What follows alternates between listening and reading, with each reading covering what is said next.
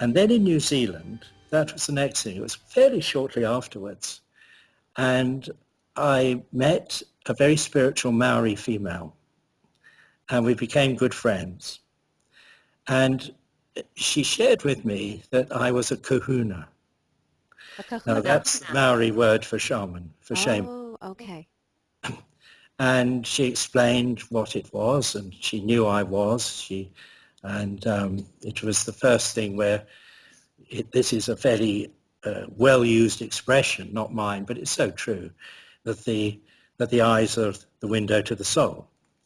They And are. a spiritual person can see someone's soul. Now, for our viewers out there that perhaps, we're inundated these days with things from psychologists and psychiatrists, and for our viewers and listeners out there that may not know what a shaman is, can you explain what that is exactly?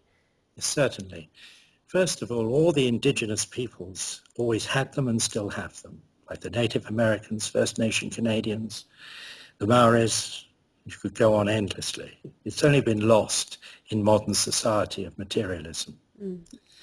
And in three things, a shaman, it's pronounced sometimes shaman and shaman. The British way is shaman. Okay. And I found that generally in America they spoke of shaman, so I've learned to speak American. Well, I say shaman. In fact, I looked up how to say it to make sure I was saying it right, but I guess it could go either way. Yes, but I'm actually more comfortable saying shaman. Okay. The 6 months in America with the book tour, I learned to speak American. So. Oh, gotcha. Yeah. But the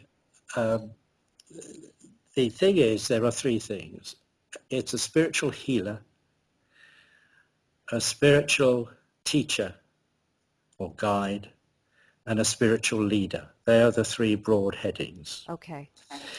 What each shaman does, it's like a doctor, really. You have doctors who have a general education about medicine, and then you have doctors who specialize in certain things. They become special at something. And so under those three headings, according to the gifts and the abilities of different shaman, they will focus on different things. And with a psychologist or psychiatrist,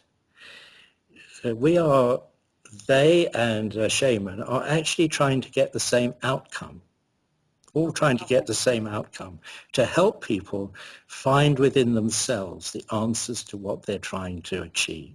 That is true. And the answers to their problems. The difference is, so we all have the same thing at heart. And it's always, this is where labeling comes in. It can be so misleading that the shaman, there are certain things that people need in order to heal them that only a shaman can do, not a psychologist or psychiatrist. I'll come on to another point in a minute, except when you have a psychologist or psychiatrist who also has the ability to see the other worlds. Okay. Okay, that can happen.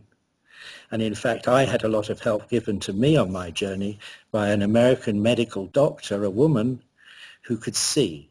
When a patient walked in her room, she could see everything that was wrong with them and could heal them spiritually as well. So I'm a great believer in a fusion between all these different skills. That's Spiritual healing cannot mend a broken arm. Right. But there are things that make people sick that are caused spiritually and then manifest in the body. So you need a fusion of orthodox medicine and spiritual healing. That's a great concept. It is. I like that. And the particular, so it's not either or. And this lady helped me enormously clear past life trauma that had been carried through to this lifetime.